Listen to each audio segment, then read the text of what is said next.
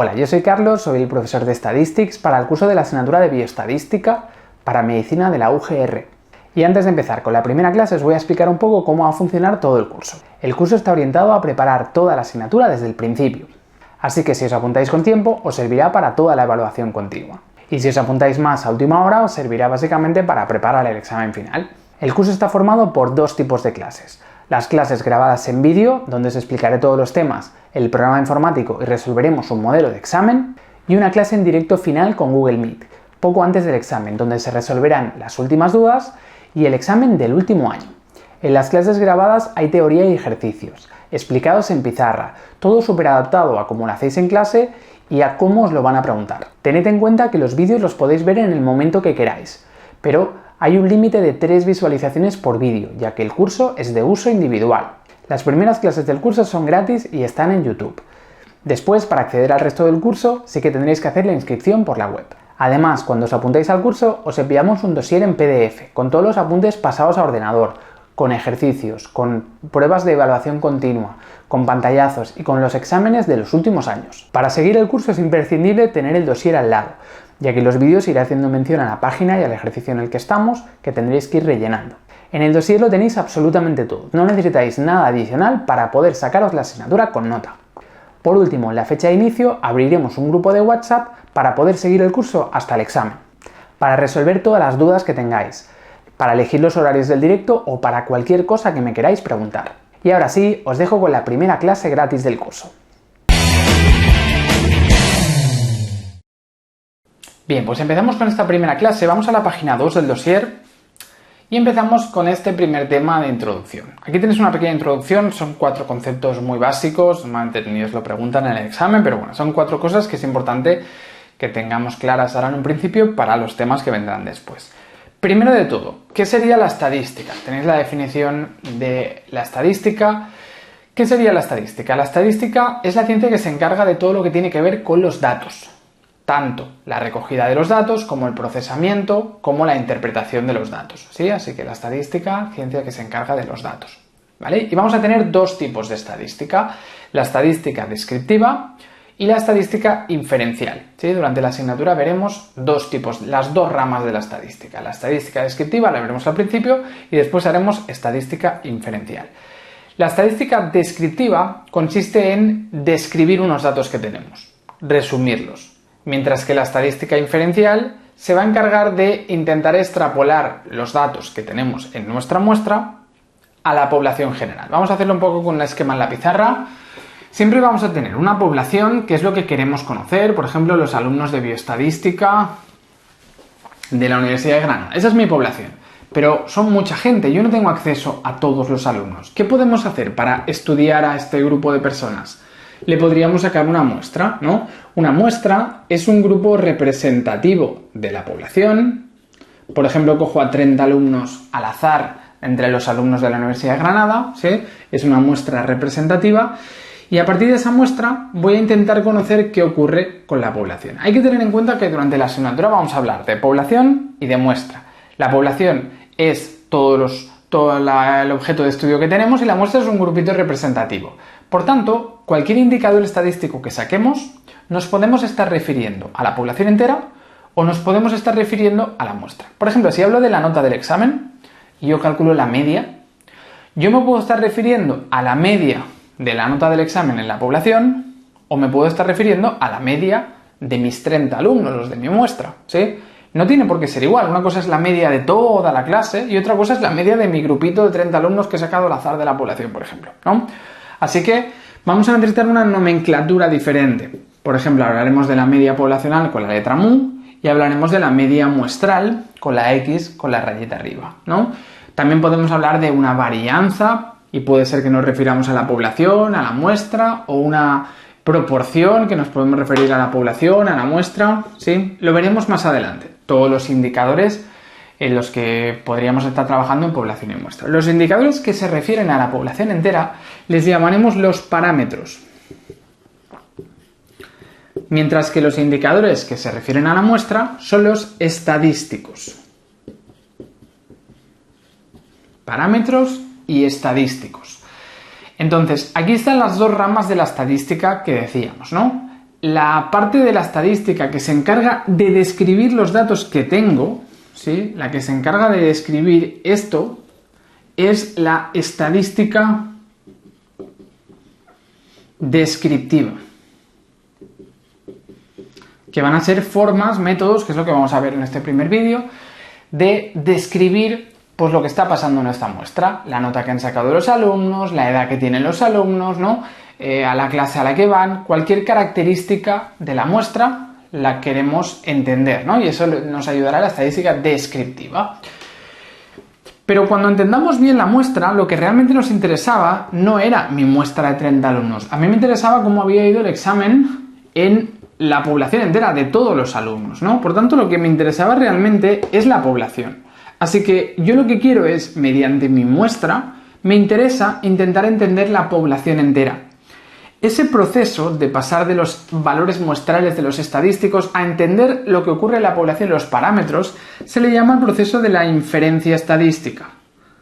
Y es de lo que vamos a trabajar en los últimos temas, ¿sí? Esto va a ser sobre todo al principio y después casi todo va a ser esto, inferencia estadística o estadística inferencial.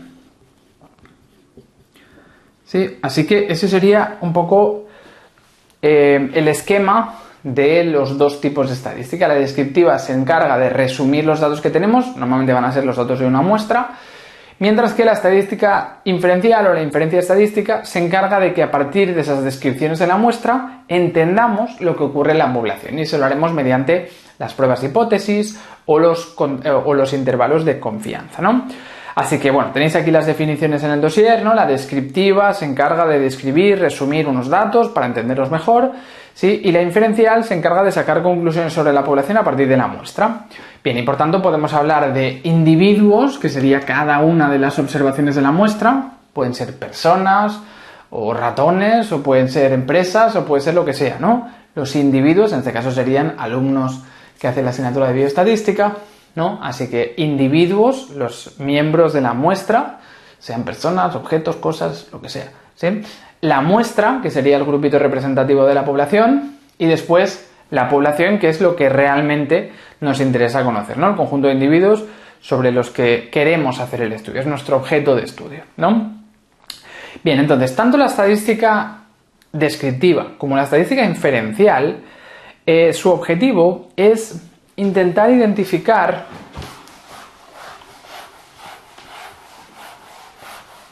y describir lo que llamamos las variables. Una variable es cualquier característica que puede variar entre los individuos, que puede cambiar entre los individuos. Por ejemplo, si yo quiero describir a mi muestra de 30 alumnos, variables serían todas aquellas características que puedan ser distintas entre ellos. Por ejemplo, la nota que han sacado en el examen puede ser distinta entre cada alumno, por tanto es una variable, ¿no? La edad que tiene cada alumno, ¿sí? O el color del pelo, si es rubio, moreno, castaño, pelirrojo, ¿sí? El color del pelo, el sexo, si es chico o chica, lo que sea, ¿no? Cualquier característica que pueda tener, cualquier característica que pueda ser distinta entre las observaciones le llamaremos variable. Y es nuestro objeto de estudio. La estadística siempre se encarga de analizar variables. Entonces, cualquier característica que no cambiara, entonces no sería una variable y no nos interesaría. Entonces sería una constante. Eso no nos interesa. Por ejemplo, el grado que estudian los alumnos, eso sería una constante en mi muestra. Todos son estudiantes de medicina, ¿no? Así que constantes no nos interesan las variables. Bien, dentro de las variables, como vamos a trabajar siempre con variables, es clave que entendamos que hay diferentes tipos de variables. Y todo el análisis estadístico que vamos a hacer, tanto descriptivo como inferencial, va a depender de qué tipo es la variable. Entonces, podemos hablar de variables de dos tipos. Podemos hablar de variables de tipo cualitativas, o también se le llama, como tenéis aquí, categóricas, ¿no? Cualitativas o categóricas. Y después tenemos variables cuantitativas o numéricas, también se le llaman, cuantitativas o numéricas. Dentro de las variables cualitativas podemos distinguir en dos tipos. Estos son categorías y estos son números, ¿no? Por ejemplo, decíamos el color del pelo, son cualidades, ¿no? Rubio, moreno, castaño y pelirrojo, los colores que haya, ¿no? Eso sería cualitativa. En cambio, si hablamos de la edad que tiene el alumno, la edad numérica, ¿sí? O tengo 18, tengo 19, o tengo 22, tengo 30, ¿no? Son valores cuantitativos, ¿no? Son números. Cualidades y números. Dentro de las cualitativas podemos hablar de dos tipos. Las nominales, las variables nominales, que serían cualitativas que no tienen orden, y las ordinales, que serían variables que sí tienen orden, ¿no? Con mayúsculas. ¿Sí? Que sí tienen orden y que no tienen orden. Por ejemplo, si hablamos del color del pelo como rubio, moreno, castaño, pelirrojo, eso no tiene ningún orden. Serían variables de tipo nominales, cualitativas nominales. ¿Sí? En cambio, si hablamos del nivel económico de la familia del alumno, como bajo, medio, alto, en función de los ingresos, de lo que sea. ¿Sí? Si hablamos de nivel económico bajo, medio, alto, por eso que medio es más que bajo, alto es más que medio, así que tendremos que las categorías tienen orden. Sería una variable de tipo ordinal. Bien, y luego si hablamos de variables de tipo cuantitativas, es decir, que son números, podremos distinguir en dos tipos. Podremos distinguir en variables de tipo discretas y variables de tipo continuas. Cuantitativas discretas van a ser valores numéricos que tengan saltos entre ellos. Es decir, que vamos a tener un número discreto de valores. Por ejemplo, vamos a tener solo números enteros, ¿sí? O vamos a tener números que van de 10 en 10 o de un decimal en un decimal. Hay saltos entre los valores. Por ejemplo, si yo cojo mi muestra de alumnos y les pregunto ¿cuántos hermanos tiene cada alumno? ¿No? O ningún hermano, o un hermano, o dos hermanos, o tres hermanos, pero vamos a tener saltos entre los valores. No podemos tener dos hermanos con 25, ¿no? O tenemos dos o tenemos tres. Así que esa sería una variable tipo discreta. En cambio, hay otras variables que no toman un número limitado de valores. Entonces hablaremos de variable de tipo continua, ¿sí? Cuantitativa continua. Por ejemplo, sería si trabajamos con una variable tipo la altura que tiene el alumno, ¿no? La altura del alumno es una variable que tiene infinitos valores, no hay ningún salto. Entre medir unos 70 y medir unos 71 hay infinitas alturas entre medio, ¿no? Así que es todo un continuo de valores, no pasamos de un valor a otro. Aunque luego la medida sería discreta, porque al final podemos decir que lo vamos a dar en centímetros, en unidades de centímetros, ¿no? Pues o 71 o 70, pero la medida en sí es continua, tiene infinitos valores decimales, tiene todos los decimales que le queramos poner, ¿vale? Bien, pues esos serían los dos grandes tipos de variables y cada tipo se puede dividir en esos dos tipos. Bien, además de eso, también nos hablan de, por ejemplo, las cualitativas, también podemos hablar de que podrían ser dicotómicas o politómicas. Dicotómicas es que tenemos solo dos posibilidades, dos categorías, y politómicas sería que tenemos más de dos. Por ejemplo, dicotómica sería una variable que fuera si el alumno ha ido a academia para preparar la asignatura o no ha ido. Es dicotómica, tiene dos opciones, ¿no? Y en cambio, si es politómica, sería lo que decíamos antes del color del pelo, ¿no? Sería un ejemplo de politómica o poliatómica. Muy bien. Por tanto, las cualitativas, las que son categorías, pueden ser que sean solo con dos categorías o con más de dos. No es tan importante la clasificación como la de nominales ordinales, por eso os lo pongo esta principal. Además, las categorías siempre deben ser exhaustivas y mutuamente excluyentes, es decir, que si eres de un grupo ya no puedes ser de ningún otro, ¿sí? Así que si hablamos de ir a academia, no y sí. Si eres de los de no, ya no puedes ser de los de sí, ¿sí? Así que no puede ser que compartan valores, ¿sí? Si digo, por ejemplo,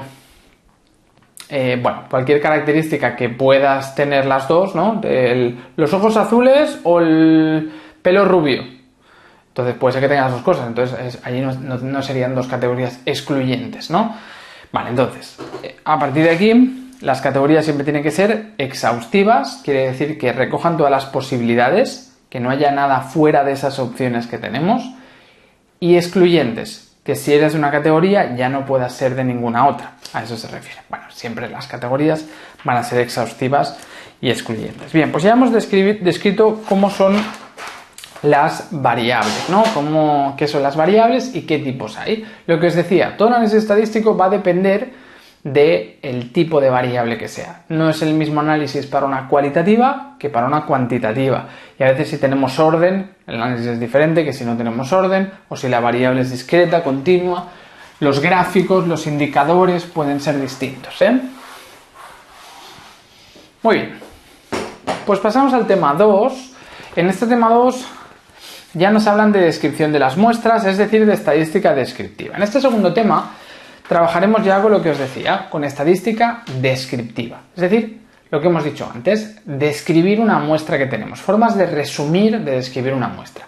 Imaginaros que tenemos a los 30 alumnos de la clase y que tenemos las variables que hemos trabajado, las tenemos en un Excel, ¿no? En una hoja de cálculo, con un montón de variables, con un montón de personas, tengo ahí todo de números, de categorías, todo ahí mezclado. Yo ahí no voy a entender nada de lo que está pasando. Si a mí me pasa una base de datos, yo no entiendo nada de lo que está pasando ahí. Necesitamos técnicas que nos ayuden a resumir toda esa información, ¿no? Entonces, ¿qué podemos hacer para resumir toda esa información que tendríamos en una base de datos para que la podamos entender? Lo primero que podemos hacer es poner los datos en una tabla de frecuencias, ¿sí?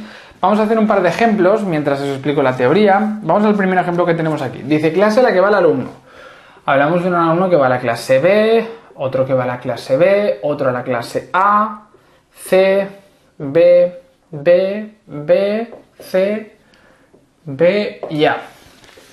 ¿No? Tenemos esta muestra de 10 personas que les hemos apuntado la clase a la que iba cada alumno, ¿no? A partir de aquí, lo que nos interesa es coger todos estos datos, que aquí no son muchos, pero podrían ser 1000 datos en un listado infinito. Pues lo que nos interesa es agruparlo en una tabla. ¿Qué vamos a hacer? Primero vamos a coger los valores de la variable. La variable llamaremos x o x sub i. Los valores de la variable son A, ir a la clase A, B, que sería ir a la clase B, o C, ir a la clase C. ¿Sí? Con estos datos solo hay 3 valores de la variable. La clase a la que va el alumno para preparar la asignatura o durante el curso es la clase A, la clase B o la clase C. Lo primero que podemos hacer en una tabla de frecuencias es sacar lo que llamamos la frecuencia absoluta. La frecuencia absoluta sería el número de veces que nos aparece cada valor o cada categoría. Número de veces que nos aparece cada valor o cada categoría. Por ejemplo, la categoría A, ¿cuántas veces nos aparece? Pues nos aparece 2 veces, ¿no? Pues A tendría una frecuencia absoluta de 2, ¿no? Lo tenéis escrito arriba, frecuencia absoluta, número de veces que nos aparece, perdón, esto lo hacéis como F, I, número de veces que se repite un determinado valor y puede ser de forma individual o podría ser también de forma acumulada. Luego podemos hablar de frecuencia relativa, ¿sí? La frecuencia relativa se refiere a la proporción de veces que nos aparece cada valor. La proporción lo expresaremos como HI y se refiere a la proporción de cada valor. Por ejemplo, en total, bueno, en las frecuencias absolutas hemos dicho que la categoría A son 2, la B es 1, 2, 3, 4, 5, 6 y la categoría C ha aparecido 2 veces, ¿no? ¿Sí? 2, 6 y 2. En total hemos dicho que eran 10 observaciones, ¿no? Así que, ¿cuál sería la frecuencia relativa de la categoría A? ¿Cuántas veces ha aparecido la categoría A? 2 de 10 veces, es decir, un 0,2. Es decir, un 20% de las veces han sido alumnos que eran de la clase A. De la clase B, ¿cuántos habían? 6 de 10. Por tanto, 6 entre 10 sería igual a 0,6 y 2 entre 10 sería igual a 0,2. Aquí es muy sencillo porque tenemos una muestra de 10. Si fuera una muestra distinta, habría que hacerlo bien con la calculadora, ¿no? El cálculo, pero aquí es muy sencillo. La frecuencia relativa, por tanto, es la proporción de la muestra que ha sido de cada categoría, ¿sí? Si lo multiplicamos por 100, pues sería sencillamente un porcentaje que a veces es más interpretable, ¿no? Por ejemplo, esto sería un 20%, esto sería un 60% y ese sería otro 20%. ¿Sí? Porcentajes. Así que el 20% de la muestra es de la clase A, el 60% de la muestra es de la clase B y el 20% de la muestra es de la clase C, ¿no? Así que yo con estos datos así sueltos me cuesta verlo, pero si miramos los porcentajes vemos claramente pues, que hay mucha más gente de la clase B que de la A que de la C, ¿no? Muy bien, esos serían los porcentajes individuales. Y hemos dicho también que todo esto lo podemos hacer acumulado. Acumulado quiere decir que contemos aquello y todo lo anterior. Si lo contamos acumulado sería F mayúscula I, lo expresamos con mayúsculas. O porcentaje acumulado. ¿Sí? Entonces, ¿eso qué quiere decir? Pues lo que hemos visto antes, frecuencia absoluta, relativa o porcentaje, pero no de cada categoría individualmente, sino de cada categoría y todas las anteriores. De cada categoría y las anteriores. Por ejemplo, ¿cuál es la frecuencia absoluta acumulada de la categoría A? Pues A o menos han habido dos casos. Dos. Después, B o menos. ¿Cuánta gente es de la clase B o menos? Pues 6 de la clase B y la anterior que es A, 6 y 2, 8. Esto solo tiene sentido si la variable tiene orden, si es ordinal. Si fuera nominal esto ya no tiene sentido hacerlo, ¿eh? Estas últimas tres columnas. Pero en este caso, supongamos que las tres clases tienen un cierto orden, clase A, B y C, que son, yo que sé, niveles de inglés, lo que sea, ¿sí? O bueno, lo que sea, pero imaginaos que tienen un orden, la clase A, B y C, que no son que les hemos llamado así y ya está, sino que son, por ejemplo, están ordenados por niveles. Entonces me puedo preguntar, ¿cuánta gente tiene nivel A, nivel B o menos? ¿O es de la clase B o menos? Pues 6 y 2, 8. Y finalmente, la clase C o menos sería 2 y 6 y 2, sería 10, ¿no? A ver, esto sumaría el 100%. Esto nos tiene que sumar el 1. Bien, y así que 2, 8 y 10, ¿no? El último valor acumulado, es decir, la última categoría y todo lo anterior, siempre tiene que dar igual que el total de observaciones individuales. Así que sería 10 y 10. Muy bien, ya tenemos la frecuencia relativa acumulada. La frecuencia absoluta, perdón, acumulada. Y luego miraremos la relativa. La relativa hemos dicho que era la proporción, ¿no? Pues, ¿qué proporción son de la clase A o menos? El 20%, el 0,2. ¿Y de la clase B o menos? 6 y 8, 0,6 y 0,2, 6 y 2, 8, 0,6 y 0,2 sería 0,8, ¿no? Y de la clase C o menos sería 0,2 más 0,6 más 0,2 sería igual a 1. ¿Sí? Lo vamos sumando lo anterior. De hecho, lo podemos hacer una suma como en zigzag, ¿eh? El primer valor acumulado y sin acumular siempre es el mismo, porque no hay categorías anteriores porque es el primer valor. ¿Sí? Así que el primer valor de la variable siempre es igual. Y luego vamos sumando. 2 más 6, ya llevo 8. Llevaba 8 más 2, ya llevo 10. ¿Sí? Y la relativa es igual. 0,2 y 0,2, el primer valor siempre es igual. Y después llevaba 0,2 más 0,6, ahora ya llevo 0,8. Llevaba 0,8 más 0,2, ahora ya acumulado llevo el 1, el 100%. Y si lo hacemos en porcentaje, pues exactamente igual, ¿no? 20%, 80% y 100%. Muy bien. Bien, pues lo primero que podemos hacer, decíamos, es trabajar de esta manera y poner los datos en una tabla de frecuencias. Si los datos son cualitativos, lo haremos así. Si son cuantitativos, pues dependerá del tipo de datos. Si son datos cuantitativos, pero son discretos y con pocos valores, por ejemplo, decíamos antes, el número de hermanos del alumno, ¿no? O 0, o 1, o 2, son discretos con muy pocos valores, ¿no? Entonces nos va a servir hacer la tabla de la misma manera, pues en lugar de ABC sería 0, 1, 2, y lo haremos exactamente igual. El problema viene cuando tengo una variable cuantitativa con muchos valores. Por ejemplo, si hablamos de las notas del examen, ¿no? Las notas del examen, yo no puedo contar cuántos han sacado un 7,25, porque a lo mejor solo hay uno que ha sacado un 7,25, o un 7,30, o un 9,2, o lo que sea, ¿no? Fijaros que una variable que tiene muchos valores, entonces yo no la puedo agrupar, porque me saldrá a lo mejor un valor de cada, ¿sí? Y habrán valores que no saldrán. Ese es un problema, por ejemplo, cuando tenemos una variable continua, que tenemos infinitos decimales, entonces los valores no se repiten. No os encontraréis a dos personas en la clase que tengan exactamente la misma altura con infinitos decimales. Seguro que no es exactamente la misma altura, por tanto no tiene sentido agrupar los datos de esa manera. Si tengo una variable de tipo cuantitativa continua con muchos valores o que es continua, entonces no puedo trabajar de esta manera. Tenemos que trabajar por intervalos. Hay que trabajar por intervalos. Por ejemplo, si hablamos de la nota del examen, podemos decir, la nota del examen, los alumnos que han sacado entre 0 y 2, entre 2 y 4, entre 4 y 6, entre 6 y 8 y entre 8 y 10, ¿no? Y de ahí sacamos la frecuencia absoluta de veces que nos... Ay, la frecuencia absoluta, perdón, es que estoy acostumbrado a hacerlo así. Frecuencia absoluta de cada intervalo. ¿Sí? Aquí tenemos notas del examen. ¿Sí? Vamos a copiar las notas. Tenemos 3,4, después 5,3, 6,8, 9,1, 7,2, 8,3, 1,9, 5,1, 4,4 y 3,2, ¿no?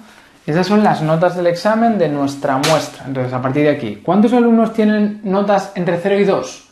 Pues entre 0 y 2 solo hay una, que es esta, ¿no? Pues 1 de frecuencia absoluta. Entre 2 y 4, pues tengo 1 y 2. 2, entre 4 y 6 habrían 1, 2 y 3. Entre 6 y 8, 2. Y entre 8 y 10, son las, entre 8 y 10, pues otras 2, ¿no? Bien, pues las frecuencias absolutas, en este caso, serían estas, ¿no? Fijaros que lo que hemos hecho ha sido agrupar los datos en intervalos. Así que de unas puntuaciones todas con decimales que no se repetía ninguna, ¿no? Pues ahora yo veo más o menos cómo se han repartido las notas del examen. Entre 4 y 6 han sido lo que ha pasado más veces, ¿no? 0 y 2 solo una persona, ¿no? Bueno, vemos más o menos cómo se han repartido las puntuaciones. Frecuencia absoluta cuando hablamos de intervalos. También podemos sacar la frecuencia absoluta acumulada, ¿sí? De hecho, la tabla se puede presentar de dos maneras. De la forma que hemos visto antes, primero lo individual y luego todo lo acumulado, o de esta manera. Cada cosa la tengo individual o acumulado, por eso os he puesto una tabla de cada. Sí, así que frecuencia absoluta acumulada. ¿Cuántas veces aparece entre 0 y 2 o menos? No hay nada anterior, lo primero siempre es igual. ¿Cuántas veces tenemos datos entre 2 y 4 o menos? Entre 2 y 4 o menos tenemos 2 más 1, 3, ¿no? Entre 4 y 6 o menos, pues tenemos 6, ¿no? ¿Sí? Entonces, a partir de aquí, pues lo que decíamos, ¿no? Esto lo podemos hacer como en suma de zigzag. 1 más 2, 3, luego 3 más 3, 6, 6 más 2, 8, 8 más 2, 10. Bien, pues ya hemos hecho la tabla de frecuencias absolutas individuales y acumuladas. Lo mismo lo podemos hacer con la relativa, que era H, ¿no? HI y H mayúscula I. Esto luego puede ser que algún profe lo haga diferente, ¿eh? No os preocupéis si le utilicéis otra nomenclatura, al final es lo mismo, ¿eh? HI, H minúscula I, sería la frecuencia relativa, es decir, 1 entre 10. Otra vez el ejemplo es entre 10 porque lo quiero hacer muy sencillito, ¿eh? 1 entre 10 sería 0,1, pero hay que dividirlo, ¿eh? No es que siempre sea 0, el número, ¿eh? 2 entre 10 sería 0,2, 3 entre 10 sería 0,3, 0,2 y 0,2. Y la acumulada sería 0,1 más 0,2, 0,3, 0,3 más 0,3, 0,6, 0,6 más 0,2, 0,8, 0,8 más 0,2, 1. Bien, pues siempre al final nos tiene que sumar 1 cuando hablamos de las frecuencias relativas, porque la última categoría y todo lo anterior tiene que ser el 100% de los datos, ¿no? Si los pasamos en porcentaje también sería pues el 10%, el 20%, el 30%, el 20% y el 20%. Y acumulado sería el 10 más el 20, el 30, 60, 80 y 100, ¿no? Bien, fijaros que lo acumulado siempre, la relativa acumulada, la relativa acumulada siempre tiene que dar 1 y el porcentaje acumulado siempre tiene que dar el 100%. Si no, es que nos hemos equivocado. Así que es una forma también de valorar que lo estemos haciendo bien. Bien, luego tenéis un ejemplo del R, del programa informático. El ejemplo lo tenéis aquí, ¿cómo nos saldría? Nos pone counts, pues número de hijos 0, 1, 2 y debajo tenemos el conteo de casos. Sería 2, 5, 3. ¿Sí? Si yo veo esta tabla, pues sería que tengo familias, por ejemplo, con 0 hijos, hay 2. Familias con un hijo, hay 5. Con 2 hijos, hay 3. ¿Vale? En el R, counts, el conteo, nos saldría de esta manera. Luego, porcentajes. Sería 0, 1, 2.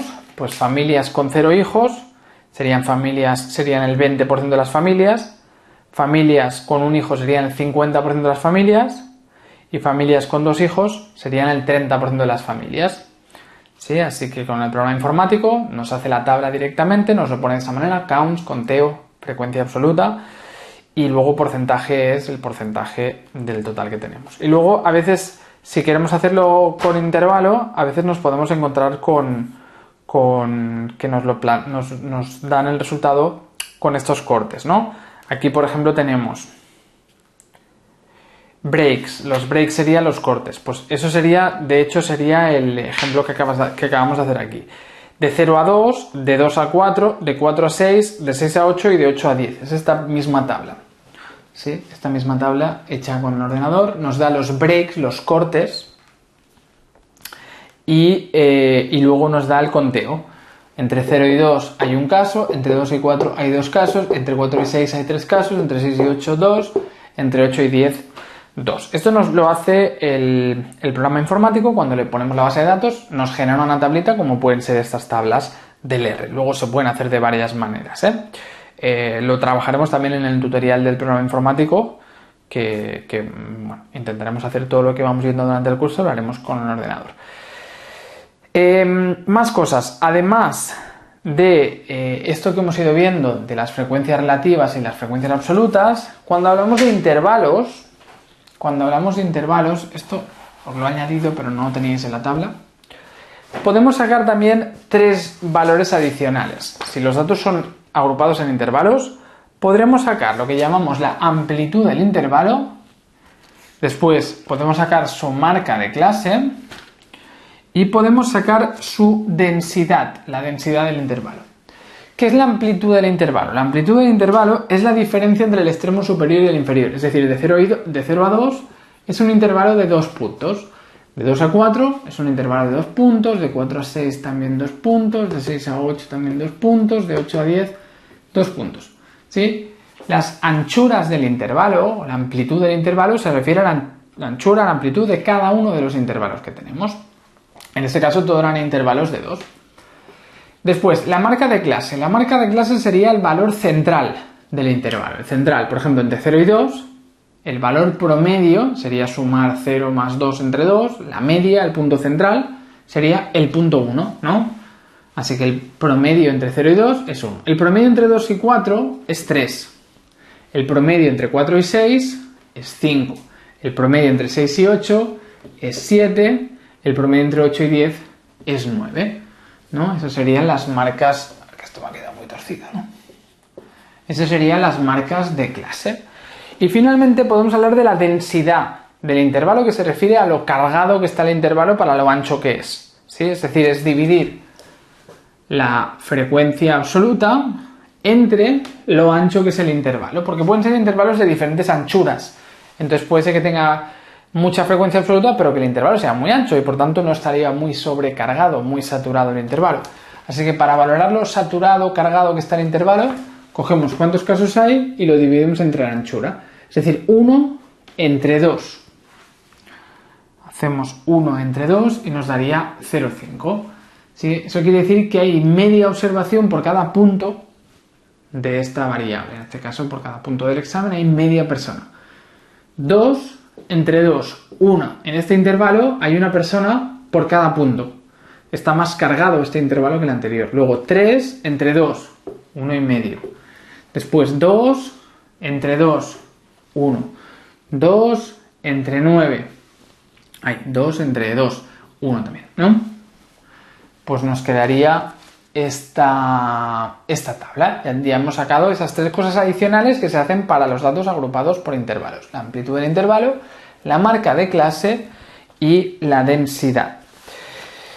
Bien, hecho esto, vamos a pasar a hacer los gráficos. Ya hemos visto que para describir una variable, lo primero que podemos hacer es esto, sacar las tablas de frecuencias, es decir, contar cuántas veces nos aparece cada valor y así, aunque tengan miles de datos, lo voy a tener toda una tabla que entenderemos que ha salido más, que ha salido menos y por tanto nos haremos una idea de qué está pasando ahí en esos datos, ¿no? Bien, luego, además de hacer la tabla de frecuencias, también podemos hacer los gráficos, ¿no? Tenemos métodos de representaciones gráficas que nos sirven para entender alguna de las características de nuestra muestra, ¿sí? Vamos a ver las diferentes representaciones gráficas, que no es más que algo parecido a lo que hemos hecho con con las tablas, ¿no? Pero de una forma más visual. Las representaciones gráficas las tendremos separadas en función de si las variables son cualitativas o cuantitativas. Para datos de tipo cualitativos, lo primero que podríamos hacer es trabajar con un diagrama de sectores. El diagrama de sectores o ciclograma es cuando representamos todos los datos como si fueran en un pastel, ¿no? Y lo representamos proporcionalmente. Por ejemplo, ¿cuántos no han ido a academia? Pues no han ido a academia el 70% de la clase y el 30% sí ha ido. ¿Sí? Pues nos quedaría representado de esta manera. No academia, sí academia. Es una forma de representar una variable cualitativa a partir de este pastel que lo repartimos proporcionalmente. Los grados los estamos asignando proporcionalmente a su frecuencia relativa, ¿no? Así que si una categoría representa el 25% de los datos, pues le vamos a dar el 25% del pastel. ¿Sí? Diagrama de sectores o ciclograma. Y luego tenemos un diagrama de barras. El diagrama de barras sería una forma de representar los datos con barras, donde la altura de la barra sería la frecuencia absoluta. Por ejemplo, hablamos aquí de hombres y mujeres. Pues vemos que de hombres han habido 15 hombres y de mujeres han habido 20. 15 hombres y 20 mujeres. Muy bien. Pues ya tendremos hecho este diagrama de barras, ¿no? 15 hombres, 20 mujeres. Entonces, en el diagrama de barras, sencillamente la altura de la barra nos está representando la frecuencia absoluta, ¿no? Son dos gráficos muy fáciles, muy visuales. El diagrama de sectores tiene el problema de que no tiene sentido añadir variables de tipo ordinales, porque no vamos a poder apreciar si hay alguna tendencia. Así que, de entrada, el diagrama de sectores será más bien para variables de tipo nominales, pero no para ordinales, porque no podremos ver si las categorías están ordenadas. Si esto es, por ejemplo, A, B, C, yo no puedo ver si está habiendo alguna tendencia hacia arriba o hacia abajo con esos datos. En cambio, en un diagrama de barras, si esto es A, B, C, ¿no? Yo puedo ver que hay una tendencia. Así que el diagrama de barras sí sirve para ordinales. También para nominales, ¿eh? Serviría para nominales y también para ordinales. ¿Sí? Nominales y ordinales. En cambio, el de sectores solo para nominales. Seguimos. Luego tenemos gráficos para variables de tipo cuantitativas. Lo que hemos dicho al principio, ¿no? El estudio que vamos a hacer de las variables va a depender mucho de qué tipo de variables sean, si son variables cualitativas o cuantitativas. En variables cuantitativas podemos hablar también de diagrama de barras. ¿Sí? Como tenéis aquí, pues 0, 1, 2, 3, 4, si decimos el número de hermanos, ¿no? Pues hacemos una barra. Bueno, muchos hermanos me parece a mí esto, ¿no? Con los pocos hijos que tenemos. Vale, vamos a hacer algo así, ¿no? Me sigue pareciendo mucho tener dos hermanos. Vamos a hacerlas. Bien, entonces, nos quedaría pues esto, número de hermanos del alumno. Pues nos queda un gráfico parecido a esto, ¿no? Pues tengo tantos alumnos, tantos, ¿no? Lo mismo de antes, un diagrama de barras es el mismo gráfico, pero se puede utilizar tanto para categorías como para números, ¿sí? Bien, luego tenemos el histograma. El histograma es un gráfico que nos permite trabajar con datos que están agrupados por intervalos, como los que hemos visto antes. Por ejemplo, nos servirían para las notas del examen, de 0 a 2, de 2 a 4, de 4 a 6, de 6 a 8, de 8 a 10, ¿no? Pues tenemos los cortes, los breaks que decíamos en el R, y a partir de aquí tenemos pues un dato, dos datos, tres datos, cuatro datos, cinco datos. Así que entre 0 y 2 hemos hecho antes una persona, ¿no? En el ejemplo de antes. Entre 2 y 4 habría... decíamos 2, ¿no? 2 personas. Entre 4 y 6 eran 3 personas y luego 2 y 2. Pues ese sería el histograma de los datos de antes del examen, ¿no? Fijaros que nos está dando los datos agrupados por intervalo. El histograma, por tanto, se parece al diagrama de barras, pero las barras en el diagrama de barras siempre estarán separadas porque son valores discretos o separados o categorías. En cambio, en el histograma no son no, los valores no están separados, la separación es artificial, ¿no? Hemos hecho nosotros los intervalos, pero no son naturales los intervalos, ¿sí? Así que realmente la variable es continua y por eso se representa siempre el histograma como barras pegadas, ¿sí? Están las barras conjuntas. Incluso a veces se puede hacer unos puntos en cada barra, entonces lo que se llama un polígono de frecuencias también. Pero bueno, no deja de ser lo mismo que un histograma, ¿sí? Polígono de frecuencias si lo tenemos un polígono en lugar de las barras, ¿vale? Pero sería exactamente lo mismo. Bien, ese sería un histograma o un polígono de frecuencias, sería trabajar de esta manera. De hecho, el área de las barras en el histograma, así como aquí lo que nos importa es la altura de la barra, en teoría en un histograma el área nos estaría diciendo cuál es la frecuencia de ese intervalo. Es decir, no haría falta aquí este eje porque el área ya nos daría la frecuencia, ¿no? Por ejemplo, aquí tengo el doble de área que aquí, eso quiere decir que aquí tengo el doble de frecuencia que aquí, ¿no? Y aquí tengo el triple, pues tengo el triple de frecuencia entre 4 y 6 que entre 0 y 2. Así que el área es la que nos define la frecuencia, en teoría en el histograma. El tema es que si los intervalos tienen las mismas distancias, las mismas amplitudes de si las amplitudes de los intervalos son iguales, entonces el área es proporcional a la altura. Y por tanto, bueno, al final es como si fuera un diagrama de barras simplificado, ¿no? Es como un diagrama de barras, pero por intervalos y con las barras pegadas, ¿sí? Bien, y luego tenemos el diagrama del boxplot o diagrama de la caja, ¿sí? Caja y bigotes se llama, o boxplot o diagrama de la caja.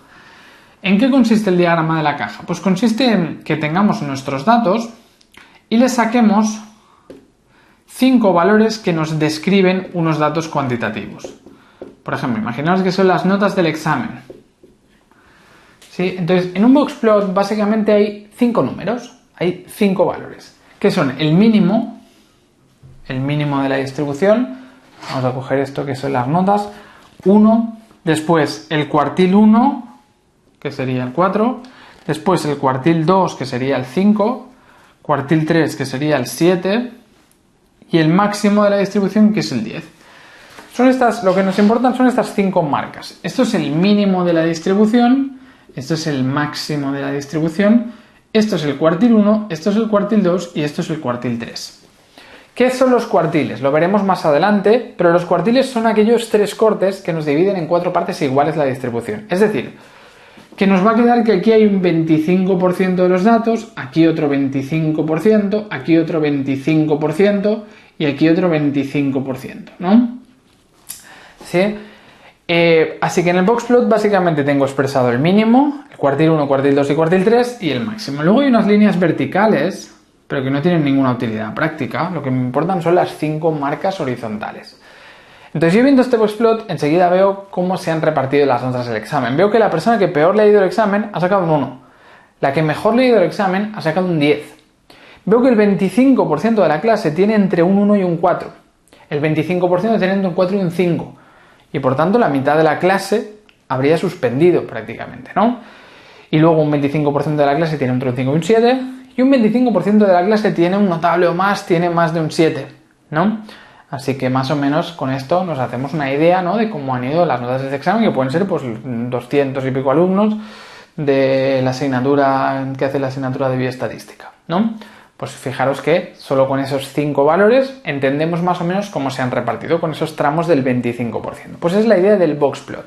Si veis en un boxplot un puntito fuera, es que es un valor extremo o atípico. Quiere decir que es un valor que ya el programa ha considerado que está demasiado lejos y por tanto, para no distorsionarnos mucho la caja, nos lo pone fuera. Nos dice, este dato está muy lejos del resto, lo pongo fuera para no distorsionar la caja. ¿Sí? Esos son valores atípicos. Y el programa nos los va a poner fuera cuando se aleje en 1,5 veces el rango intercuartílico, se aleje del cuartil. Bueno, lo veremos más adelante. Entonces ya tiene una forma de cálculo para detectarnos los valores alejados del resto. Bien, pues ya hemos visto todos los gráficos, los de cualitativas y los de variables cuantitativas, ¿no? De lo que hemos visto antes del tipo de variables, el de barras es para variables, decíamos, discretas, ¿no? Variables de tipo discretas. El histograma es para variables de tipo continuas, ¿no? Porque las tenemos que tener agrupadas por intervalos para utilizar el histograma, así que es para continuas. Y el boxplot tanto es para discretas como para continuas, nos sirve para los dos tipos. ¿Sí? Así que también es importante cada gráfico para qué tipo de variables se utilizan. Bien, pues ya hemos visto formas de resumir los datos con una tabla de frecuencias, con unos gráficos, ¿no? Lo siguiente que podemos hacer es describir los datos con medidas de resumen, algunas medidas estadísticas o medidas de síntesis que se llaman sobre nuestra variable. Tenemos diferentes tipos de medidas, es decir, valores numéricos que nos van a describir alguna característica. Tenemos medidas que nos hablan de la tendencia central o de la posición central. Tenemos medidas que nos hablan de la dispersión de los datos, medidas que nos hablan de la forma. Vamos a ver las diferentes medidas. Medidas de posición central. Medidas de posición central. Las medidas de posición central serían aquellas medidas que nos intentan localizar el centro, de los datos. Por ejemplo, la media aritmética. La media aritmética sería el sumatorio de todos los valores entre el total de valores. Esa es la fórmula que tenemos. Habréis hecho muchas medias en la vida, ¿no? Si tenemos una asignatura que tiene 3 exámenes que vale lo mismo y hemos sacado un 7, un 8 y un 9, pues los sumamos y lo dividimos entre 3, ¿no? La media aritmética sencillamente es sumar todos los valores y lo dividiremos entre 3. Entre n. ¿Sí? Vamos a poner aquí un ejemplo para hacer varios cálculos. A ver, notas de un examen de varios alumnos, ¿no? Pues un 4, un 9, un 8 y un 10. Imaginaros que he cogido una muestra de 5 alumnos y hemos tenido estas puntuaciones, ¿no? Así que la media aritmética sería, vamos a decir, 6. Bueno, así que si hiciéramos este cálculo, pues la media aritmética sería 6 más 9 más 8 más 8 y más 10. Y todo esto lo dividiríamos pues entre 5, ¿no? Vamos a hacer el cálculo. Sería 6 más 9 más 8 y más 10. Nos daría 41, entre 5 nos da un 8,2, ¿no? Pues eso nos hace nos da una idea de cómo es el centro de los datos. Pues de todas estas puntuaciones podemos decir que las notas están alrededor de 8,2, ¿no? Es el centro de nuestros datos. La media aritmética de entrada es la medida de elección para poder localizar el centro. Pero tiene un problema bastante grave, que es que le afectan mucho los valores extremos. Así que cuando tengamos un valor extremo, la media aritmética no es demasiado buena medida. Por ejemplo, si en lugar del 6 hubiera sido un 0, ¿qué habría pasado en ese caso? Pues que ahora este 6 habría sido un 0 y a la hora de hacer el cálculo nos habría quedado 9 más 8 más 8 más 10 entre 5. Nos habría quedado un 7. ¿Sí? Fijaros que por una sola puntuación, solo por esta primera puntuación que esta persona sacó un 0, la media de todo el grupo me queda muy baja, me queda un 7, me queda muy inferior de la que teníamos antes, ¿no? Así que es una medida un poco distorsionada, porque solo por una puntuación nos ha quedado una puntuación mucho más baja, ¿no? Este grupo es de muy buenas notas, de 8, 9, 10, solo por una persona me ha bajado a 7 la media. Así que ese es el principal problema de la media aritmética, que le afectan mucho los valores extremos. Así que deberíamos evitarla si hablamos de que tenemos una base de datos con valores extremos o alejados del resto, ¿no? Si tuviéramos los datos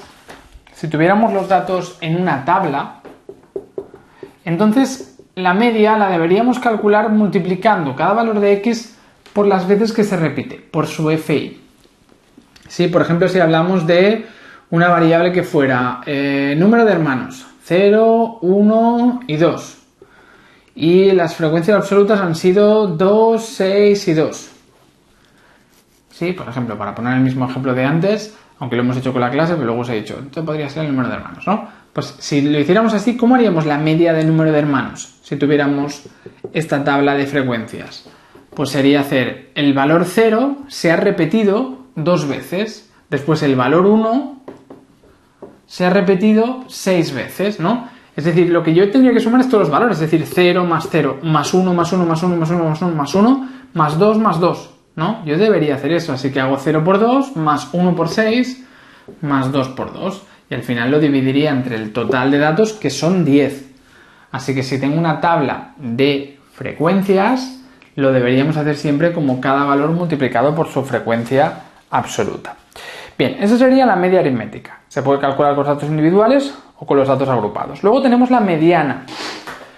La mediana, vamos a poner este otro ejemplo de tabla aquí. 0, 1, 2...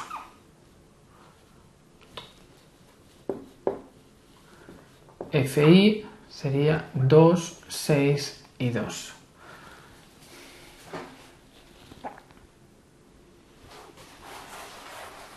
Bien, si hablamos de la mediana se refiere al valor que tenemos justo en el medio de la serie ordenada de los datos. Es decir, deberíamos coger toda la serie de datos y ordenarla de forma que la mediana nos quedaría justo en el medio. Es el valor que nos deja la mitad de los datos por debajo y la mitad por encima. Si yo tengo esta serie, haríamos 6, 8, 8, 9 y 10. Ordenaríamos primero los datos y la mediana, ¿cuál sería? La mediana sería el valor que tuviéramos justo en el medio. En este caso sería este 8, ¿sí? La mitad de los datos están por debajo de este 8, la mitad de los datos estarían por encima de este 8. Así que la mediana nos sirve para localizar el centro a partir de ordenar los valores y coger el que esté justo en el medio. Es decir, es el valor que nos deja la mitad de la distribución por debajo y la mitad de la distribución por encima. ¿De acuerdo? Si tuviéramos datos impares, como aquí, si tenemos datos impares, solo hay un valor que es la media, que es el valor justo central. Pero si son datos pares, imaginaos que hubiéramos tenido aquí otra persona en la muestra y hubiera sido un 10, entonces la mediana la sacaríamos del promedio de los dos centrales, es decir, entre 8 y 9, pues sería 8 y medio, ¿no? Si tenemos datos impares, es el valor que está justo en el medio de la serie ordenada. Si tenemos datos pares, haríamos el promedio de los dos datos centrales porque no tendremos un dato central, ¿sí? Así que así podríamos calcular la mediana en el caso de tener datos pares. Además tenéis una fórmula para calcular la mediana, que es que la posición de la mediana es siempre n más 1 entre 2. ¿Eso qué quiere decir? Que si yo quiero localizar la mediana, hemos dicho que buscamos el número que está en el medio, pero si hay muchos datos, eso va a ser muy difícil. Tengo un listado con 135 observaciones, ¿cómo vamos a encontrar el centro ahí? Es muy difícil. La forma de encontrarlo sería aplicando esta fórmula. La posición de la mediana va a ser n más 1 entre 2. Así que si yo tengo 5 datos, yo voy a hacer 5 más 1 entre 2, es decir, 6 entre 2, 3. Pues 1, 2, 3. Este valor es la mediana. ¿Sí? Ojo que esto no me da la mediana en sí, me da la posición en la que encontraremos a la mediana dentro de la serie ordenada de los datos. ¿De acuerdo? Así que la mediana, si tengo datos sueltos, tengo que ordenar los valores y coger el que está en el medio. Si son impares, habrá un número y ya está. Si son pares, hay 2, hago el promedio y ya está. Si son pocos números, lo puedo hacer a ojo, pero si son muchos números, no lo voy a poder hacer a ojo y necesito esta fórmula. Calculo la posición de la mediana, ordeno los valores y voy a buscar el valor que está en esa posición. Posición 3, 1, 2, 3. La mediana es 8, no es 3, ¿eh? La mediana es 8, ¿sí? Muy bien, pues esa sería la forma de calcular la mediana con datos individuales. Si los datos estuvieran agrupados, como en este caso que hemos puesto antes, FI, hemos dicho 2, 6 y 2. Luego F mayúscula I sería 2, 8, 10. Y luego diríamos hemos dicho H, ¿no? Entonces H,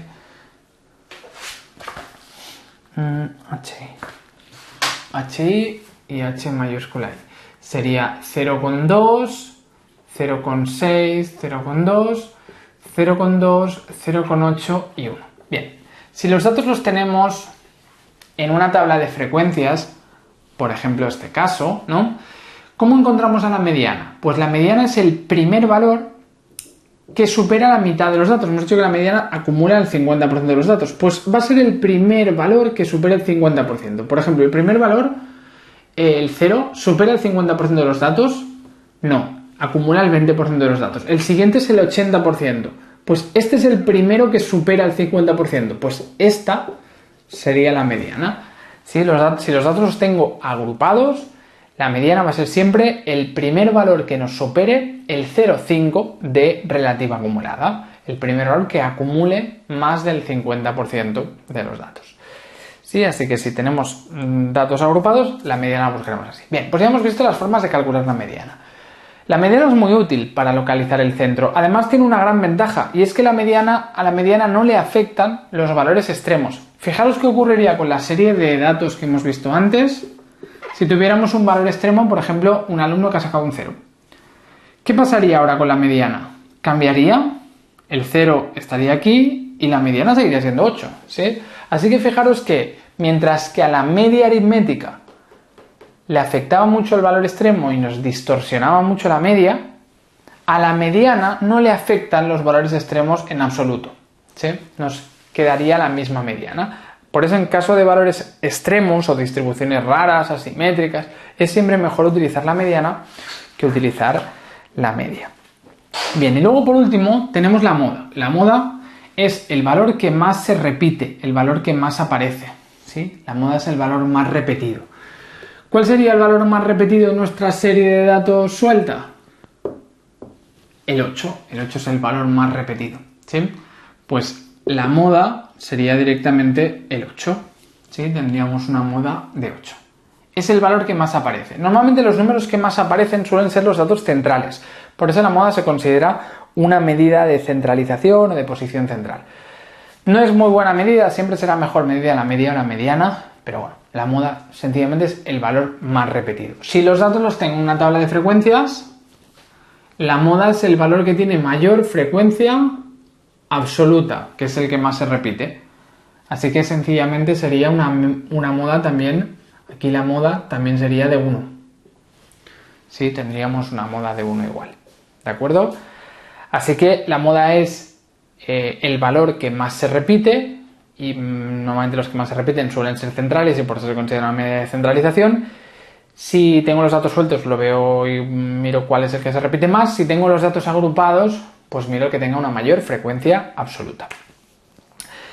Bueno, de modas. También puede ser que la distribución no se repita en ningún número. En ese caso decimos que es una distribución amodal, sin modas, ¿vale? Si tenemos una serie en la que ningún número se repite. También podemos hablar de una distribución bimodal. Podríamos tener 2 modas en lugar de 1. Si hubiéramos tenido 6, 9, 8, 8 y 10, aquí habrían 2 modas, el 8 y el 10, ¿sí? Podríamos tener 2 modas, podría ser bimodal la distribución, o multimodal si tenemos más de 2 modas. ¿Sí? Venga, esas son las medidas de posición central. Vamos ya al siguiente tipo de medidas, que son las medidas de posición no central. Las medidas de posición no central son medidas que nos ayudan a posicionar los datos respecto al grupo, pero no necesariamente en el centro. ¿Sí? Por ejemplo, si yo tengo una serie de datos de 7 alumnos, vamos a coger el ejemplo otra vez de las notas del examen, y han sacado un 7, un 9, un 4, un 6, un 10, un 8 y un 5. ¿Sí? Imaginaos que tenemos una muestra de 7 alumnos y esas han sido las notas del examen. ¿Cómo podemos trabajar con indicadores de posición no central? Lo primero que tenemos que hacer es ordenar los valores. Es decir, ordenaremos los valores y diremos, vale, el valor más bajo ha sido 4, luego 5, luego 6, 7, 8, 9 y 10. ¿Sí? Me han quedado todos los valores. Bueno. Así que esas serían las puntuaciones de esta muestra. Vamos a cambiar alguno, que no me gusta que sean todos iguales.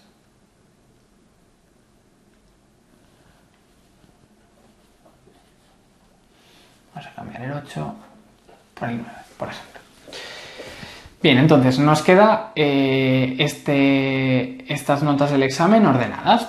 A partir de aquí podemos sacar medidas que nos ayuden a posicionar observaciones respecto a este grupo. Estas son las medidas de posición o de posición no central. Una medida de posición que hemos visto antes es la mediana, ¿no? La mediana era el valor que nos dejaba la mitad por debajo y la mitad por encima. Así que si yo tenía un valor de 7 como mediana, si alguien me dice que ha sacado un 8 en este examen, ¿qué le podemos decir sobre su posición? Si alguien ha sacado un 8 en el examen, sé que está en la mitad superior de la distribución. Si alguien ha sacado, por ejemplo, un 5, sé que está por debajo del 7, pues el 5 sé que esta persona está en la mitad peor de la clase. ¿Sí? Nos va a servir para posicionarnos. La mediana, además de medida de posición central, también es una medida de posición no central. Es para posicionar los datos en dos partes, en la parte superior o en la parte inferior. Lo que ocurre es que solo puedo dividir las personas en dos tipos, las de la mitad superior y las de la mitad inferior. Para ser un poco más precisos, tenemos los cuartiles, que ya los habíamos comentado antes, ¿no? El cuartil 1, el cuartil 2 y el cuartil 3. ¿Sí? Los cuartiles son aquellos tres valores que nos dividen en cuatro partes iguales. Hemos dicho antes los que nos limitan el 25% aquí, el 25% aquí, el 25% aquí y el 25% aquí. Bien, de forma que el cuartil 1 sería aproximadamente en este caso un 5, el cuartil 2 sería un 7, el cuartil 3 sería un 9. No nos van a pedir calcular los cuartiles con un listado complicado, sino que lo haremos así aproximado. ¿Sí? No nos vamos a tener que calcular, sino que o nos lo dan a un resultado ordenador o ya nos lo dan para interpretarlo, ¿no? Aquí, por ejemplo, imaginaros que el cuartil 1 sería más o menos un 5, cuartil 2 un 7 y cuartil 3 sería un 9. A partir de aquí, una vez yo tengo esos tres valores, ahora puedo posicionar cualquier dato de una forma más precisa que antes. Por ejemplo, decimos que hemos sacado un 9,5. He sacado un 9,5, pues puedo decir que estoy en la mitad superior de la clase. ¿Que he sacado un 5,7? 5,7 está aquí. Pues estoy entre la mitad peor de la clase y el 25% peor. ¿Que he sacado un 2 en el examen? Sé que estoy en el 25% peor de la clase. Fijaros que, gracias a los tres cuartiles, solo con tres números, puedo posicionar cualquier observación en si está en este 25%, en este o en este. Nos sirven para posicionar los datos. Además de para posicionar los datos, que eso es para tener un dato y poderlo colocar, pero tampoco es del todo descriptivo. Además de para posicionar un dato concreto, los cuartiles los podemos utilizar a nivel descriptivo. Por ejemplo, si hablamos que la nota del examen de bioestadística ha resultado tener como cuartil 1 un 3, como cuartil 2 un 4 y como cuartil 3 un 5, ¿qué podemos decir del examen de bioestadística? ¿Cómo ha ido? Yo miro 3, 4, 5 y digo, buf, este examen ha ido muy mal, ¿no? Yo solo con estos tres números digo, vale, esto ha sido un 3, un 4 y un 5.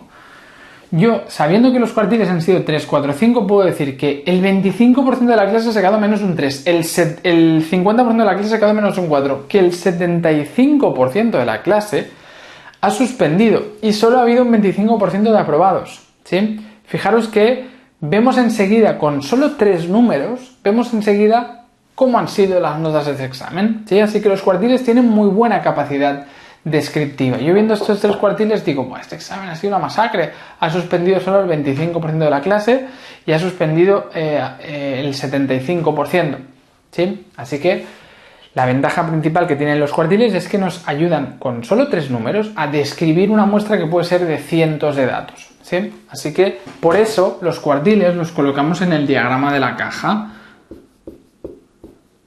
porque son muy útiles. Entonces yo miro la caja y como hemos descrito antes, ¿no? Pues si este es el cuartil 1, cuartil 2 y cuartil 3, pues veo que el 25% está aquí, el 25% está aquí, el 25% aquí y el 25% aquí. Y nos hacemos una idea sobre la distribución. Si dividimos en cuatro partes iguales, tenemos los cuartiles. Si queremos ser todavía más precisos, podemos hablar de los deciles. Los deciles son aquellos 9 cortes que nos dividirían en 10 partes iguales. El decil 1, el decil 2, el decil 3, el decil 4, decil 5, hasta el decil 9. ¿Sí? Los deciles son 9 cortes. Ojo que cuartiles solo hay 3, ¿eh? Cuartil 1, cuartil 2 y cuartil 3. Nos dividen en 4 partes, pero son 3 cortes, ¿sí? Porque tenemos los extremos.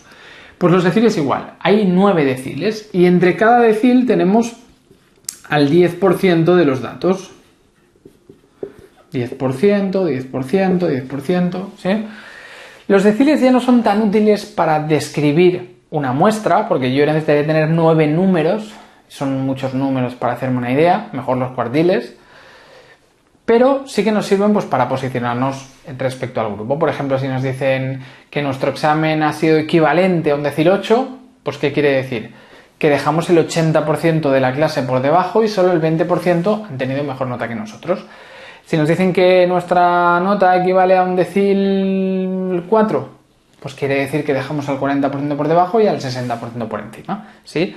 Así que nos sirve para posicionarnos de una forma bastante ya precisa. Y si queremos ser muy precisos, podemos hablar de los percentiles. El percentil 1, el percentil 2, el percentil 3, hasta el percentil 99, ¿sí? Los percentiles nos dividen en 100 partes iguales y nos limita a cada percentil el 1% de los datos. Así que si nos dicen, por ejemplo, que tenemos un percentil 71, pues quiere decir que dejaríamos el 71% de la clase por debajo y el 29% de la clase nos quedaría por encima. ¿De acuerdo?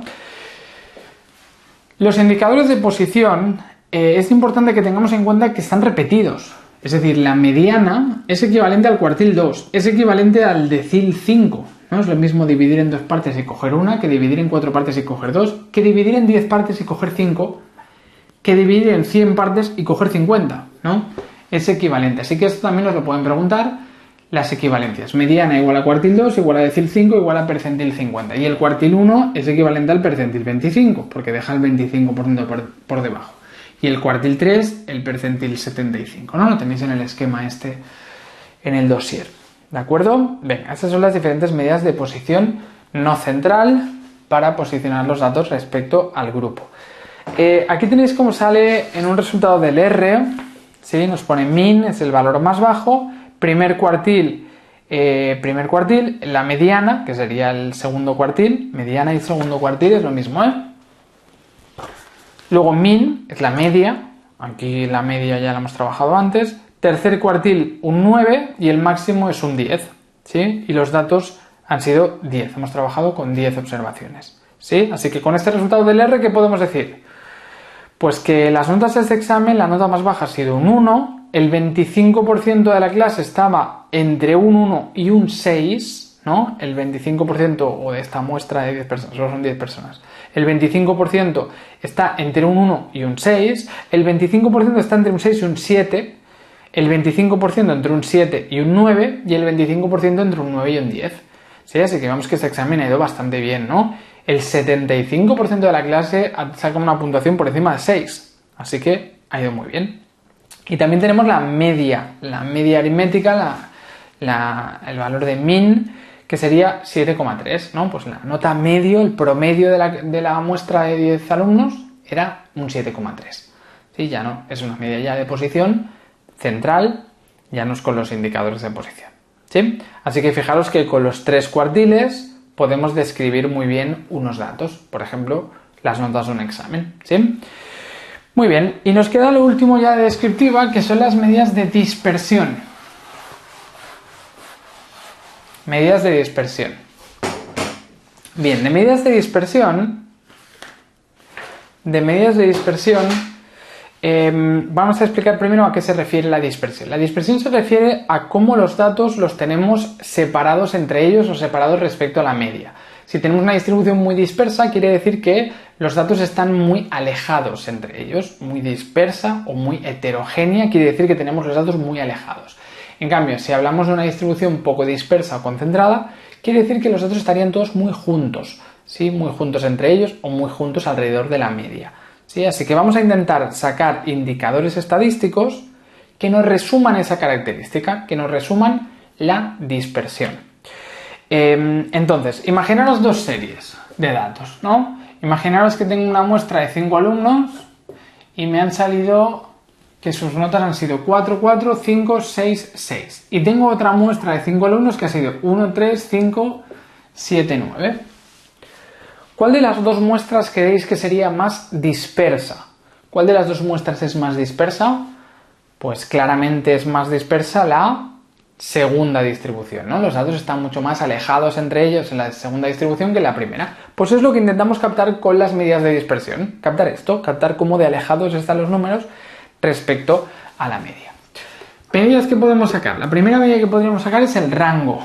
El rango de la distribución es la diferencia entre el valor máximo y el valor mínimo. Por ejemplo, de la primera serie, 6 menos 4 sería igual a 2, ¿no? El rango sería igual a 2. En cambio, en la segunda serie sería 9 menos 1 sería igual a 8. Así que tendríamos un rango mucho mayor aquí que aquí. El rango también se le llama la amplitud de los datos o el recorrido. Y fijaros que se refiere al margen en el que se mueven todos los datos. La primera serie todos los datos están en un margen de 2 puntitos. En la segunda serie están en un margen de 8 puntos. ¿Sí? Así que vemos que es más dispersa la segunda serie porque los datos están en 8 puntos de distancia.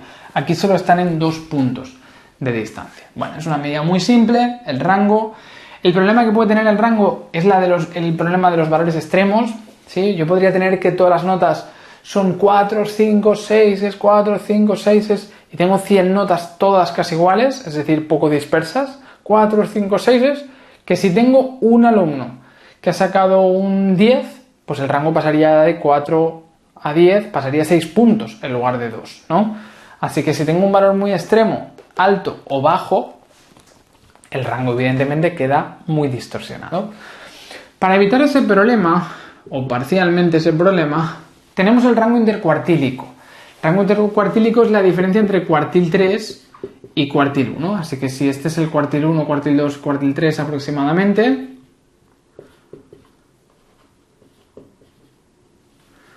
entonces la diferencia entre cuartil 3 y cuartil 1 sería, por ejemplo, en el primer caso 6 menos 4, 2, y en el segundo caso sería 7 menos 3, 4. ¿Sí? Así que el rango intercuartílico nos hablaría de la amplitud que tiene el 50% de los datos, no el 100%. Así que el rango intercuartílico siempre va a tener tendencia a ser más pequeño que el rango, porque solo estamos hablando del 50% central de los datos. De forma que si tenemos un valor muy extremo, ¿qué ocurrirá? Que el rango se verá muy distorsionado, pero el rango intercuartílico no, porque no lo recogerá ese valor, porque solo coge el 50% central de los datos. Así que nos sirve como una medida que se dice robusta, es decir, que no le afecta a los valores extremos. Si le afecta mucho a los valores extremos, se le llama a veces medida sensible. En cambio, si no le afecta a los valores extremos, le llamaremos medida robusta. Bien, ¿qué más? Después tenemos la varianza. Además de estas dos medidas, tendremos la varianza de la distribución. La varianza de la distribución o la varianza muestral, eso se refiere a una varianza calculada en la muestra, viene de hacer la siguiente idea. Para ver lo dispersa que es una serie, vamos a coger esta serie para no hacerlo por duplicado. Para hacer la varianza lo que hace es lo siguiente, dice, vale, vamos a coger esta serie y vamos a sacar la media.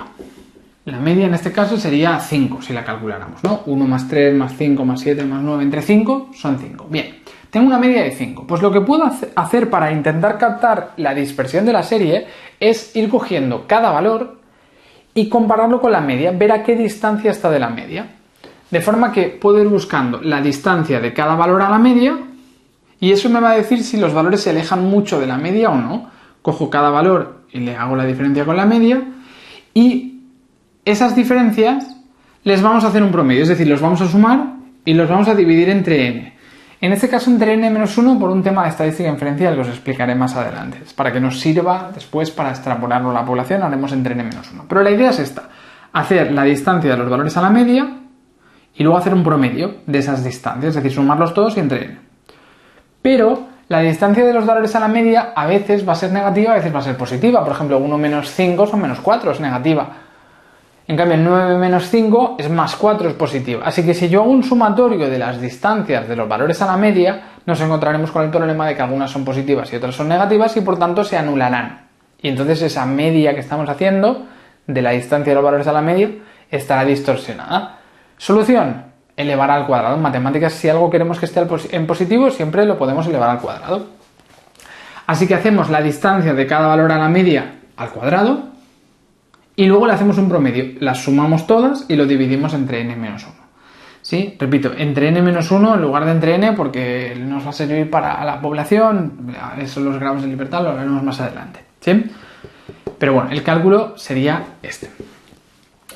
Bien, entonces a partir de aquí vamos a hacer este ejemplo que teníamos en la pizarra, ¿no? Sería 1 menos 5 al cuadrado, luego haríamos el siguiente valor, 3 menos 5 al cuadrado, siguiente valor sería 5 menos 5 al cuadrado, después 7 menos 5 al cuadrado y luego 9 menos 5 al cuadrado, ¿no? Hacemos todo este cálculo y lo dividimos entre n menos 1, es decir, entre 5 menos 1, ¿no? Si hacemos este cálculo,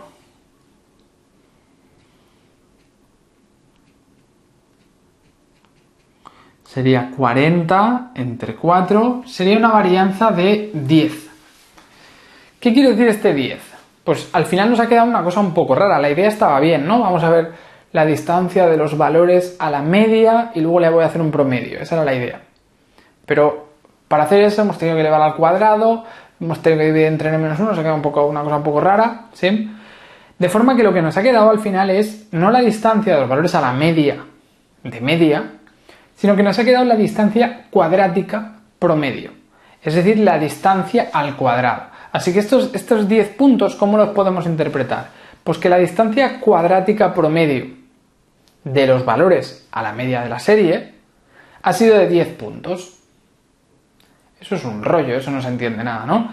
Es normal. La varianza no tiene una interpretación sencilla, ¿sí? Así que la varianza en sí no se utiliza para describir los datos, porque le decís a alguien que los notas de este examen, la distancia cuadrática promedio es de 10 puntos y se quedan igual, ¿no? Así que la varianza en sí no es una buena medida a la hora de describir la dispersión de los datos. Nos capta la dispersión, pero no es una medida demasiado interpretable.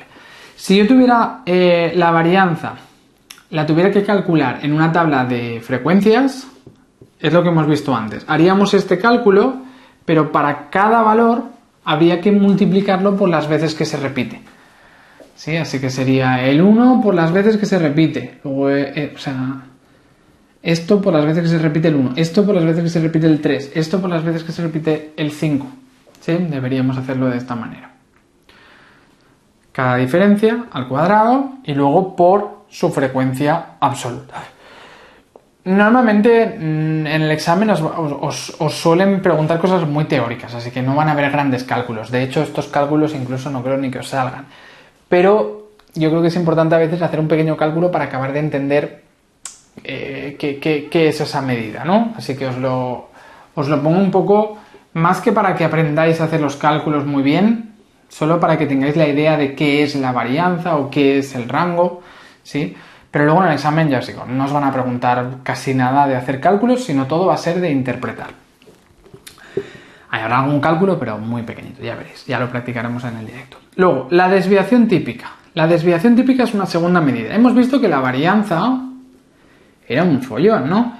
Era la distancia al cuadrado de los valores a la media, está al cuadrado, la medida estará al cuadrado, o sea, 10 serán 10 puntos al cuadrado.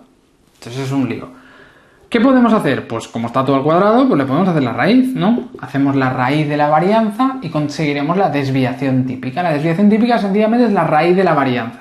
Así que si yo hago la raíz de 10 y 10 era la distancia cuadrática promedio,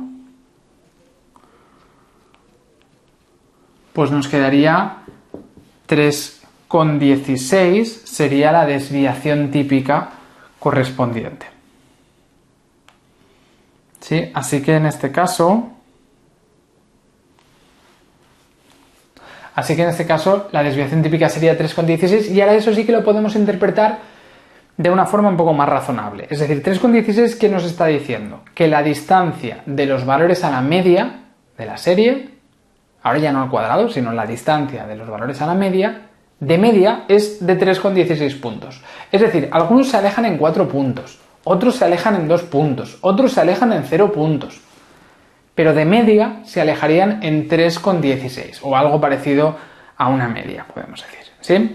Pues esa sería la desviación típica, así que la desviación típica nos indica la distancia promedio de los valores a la propia media aritmética, ¿sí? Ya es algo más interpretable, pero de todas maneras, si os dicen que la desviación típica es 3,16, ¿eso es mucho o es poco? Pues no lo sabemos, 3,16 depende de cuál sea la escala de medida, puede ser mucho o poco. En un examen sobre 10, 3 puntos, pues parece bastante, ¿no? Que los alumnos se alejen en 3 puntos de la puntuación media de media. Parece bastante, parece que se alejan bastante de la media. Pero si el examen hubiera sido sobre 100 puntos, que los alumnos se alejaran de media en solo 3 puntos de la propia media, sería muy poco. Así que esto va a depender de la escala de medida. Si la medida es muy grande, por ejemplo, puntos en un examen sobre 100, 3 puntos es muy poco. Quiere decir que las puntuaciones están todas muy juntas, hay poca dispersión. En cambio, si es sobre 10, pues 3 puntos es mucho, o si fuera sobre 5 sería muchísimo, ¿no? Así que dependerá de la unidad de medida que tengamos, la desviación típica es mucha o poca.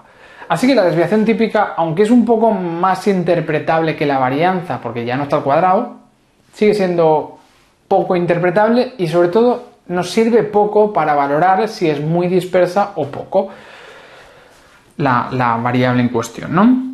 Y para eso tenemos el coeficiente de variación. El coeficiente de variación consiste en coger la desviación típica y dividirla entre la media. Desviación típica entre la media. Y luego se puede multiplicar por 100 para tener un porcentaje o no. Por ejemplo, aquí teníamos 3,16, lo vamos a poner en relación a la media. Como hemos dicho, esto puede ser mucho o poco en relación a la escala de media. La escala de media está en la media. Así que si yo divido la desviación típica entre la media, si divido 3,16 entre 5 en este caso y lo multiplico por 100, nos daría un 63,2%. ¿Sí? Fijaros que ahora vamos a tener una puntuación que ya no tiene unidad. Ya no hablo de puntos de un examen sobre 10. Hablo de un porcentaje, hablo de una proporción entre la desviación típica y la media. Cómo de grande es la desviación típica en relación a la media. Así que esto es una medida que ya no tiene unidad, una medida que se dice relativa. ¿Sí? Las medidas que tienen unidad les llamamos medidas absolutas. Esta es una medida sin unidad, una medida relativa. ¿Sí? Así que esta medida, lo bueno que tiene es que la voy a poder interpretar independientemente de la unidad de medida. ¿Sí? 63,2 puedo decir que es una dispersión pues medio alta o alta. ¿Sí? Podemos decir cómo es esa dispersión. Aquí con esto nos dicen desviación típica de 25. ¿Eso es mucho o es poco? No tengo ni idea, ¿sí? En cambio, si la coeficiente de variación es un 90%, digo que es una dispersión muy alta. ¿Se entiende? Así que un 63,2% la podemos interpretar como una dispersión medio alta. Esto lo podemos entender más o menos entre 0 y 100, aunque no es exactamente así, pero bueno, lo podemos entender como que esto es un porcentaje, aunque en algunos casos se podría pasar de 100, incluso, bueno. Por tanto, yo veo esto y digo, vale, dispersión medio alta. Y la principal ventaja que tiene el coeficiente de variación, además de que nos permite valorar si es mucha o poca la dispersión, es que permite comparar. Si yo tengo dos desviaciones típicas, una es 3,16 y la otra es 25, y me dicen, ¿cuál es más dispersa? ¿Esta o esta? Ni idea. Dependerá de la unidad de medida. Si esto, por ejemplo, la media es 100, ¿no? Si esta es una medida donde la media ha sido de 100 y la desviación típica ha sido de 25, el coeficiente de variación sería 25 entre 100 por 100. Sería un 25%, ¿no? Entonces, ahora sí que lo puedo comparar. Puedo decir, vale, esta variable era más dispersa que esta otra, tiene un coeficiente de variación mayor. Así que si os piden comparar dos variables diferentes, nunca comparéis ni varianza ni desviación típica entre ellas, porque cada una tendrá sus unidades y por tanto no tiene sentido compararlo. Siempre lo deberemos pasar a coeficiente de variación para que ya pierda la unidad y sea un porcentaje o una proporción de la desviación típica respecto a la media, de forma que ahora sí que podremos valorar cuál es más dispersa. Es más dispersa esta distribución que esta otra, ¿sí? Así que siempre que os pregunten por cuál es más dispersa o que igual tiene una mayor dispersión relativa, a veces se dice, siempre utilizaremos el coeficiente de variación. Es la mejor medida para valorar la dispersión. Nos dice si es mucha o poca la dispersión, más o menos, y además nos permite decir si una variable tiene más dispersión que otra, por ejemplo, y eso sí que nos lo pueden preguntar. Bien, pues este sería este tema 2, el tema 2 de estadística descriptiva, ¿sí?